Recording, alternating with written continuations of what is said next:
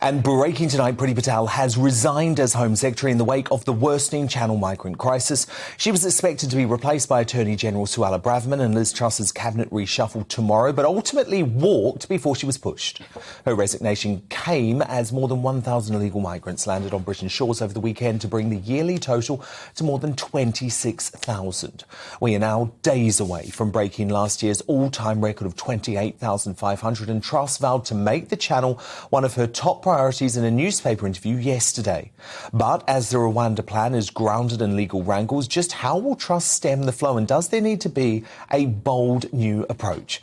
Well, Star Daily Mail columnist Stephen Glover proposes sending migrants to a British-owned offshore island where asylum seekers would be sent and processed. And he says somewhere like St Helena or the Falklands could fit the bill.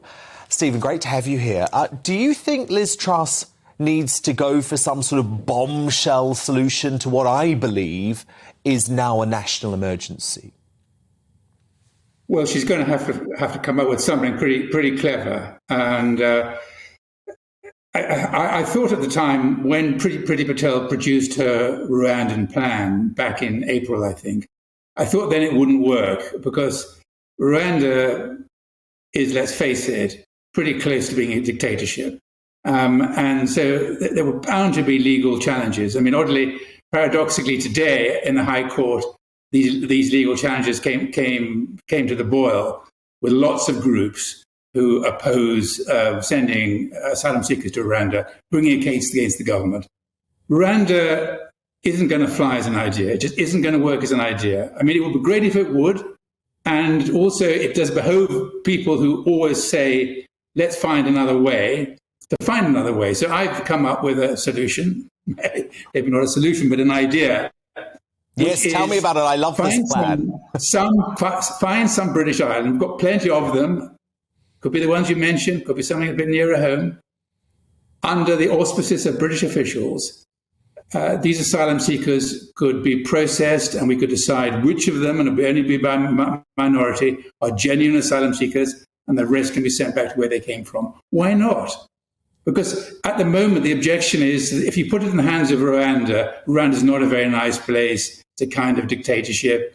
It's a long way away. So it needs to be a British island. That's the critical difference.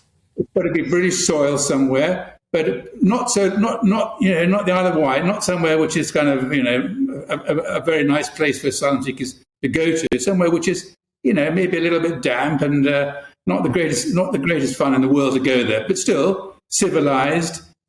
Send them there, and under the eye of British officials, we can decide which of them are bona fide asylum seekers and which of them are not. I think that's a great idea. And the fact is, Stephen, for the Tories to have any hope of winning the next election under Liz Truss, this migrant crisis on the Channel has to be solved, right? They can't go to an election with 1,000 illegals arriving a day. It's just not tenable. It's going to become a bigger and a bigger issue. And some people say, well, let's cooperate with the French. We can only do it with the French. But we've tried to cooperate with the French. We've tried again and again. The fact is the French aren't going to try very hard to stop people leaving France. They quite like to see them go. And that's not going to work. Rwanda is not going to work for the reasons I've said. We have to come up with another idea. And why not? I mean, what's wrong with this idea? I think Suella Braverman, who's probably going to be the next Home Secretary, should look at it. Priti Patel spent 8 months coming up with the Rwanda idea, and it's not going to fly. It just is not going to work. No, I think they should listen to you. Star Daily Mail columnist Stephen Glover with his plan to solve the migrant crisis and save the Tories in the process. I love it. Stephen, thank you so much. We'll speak very soon.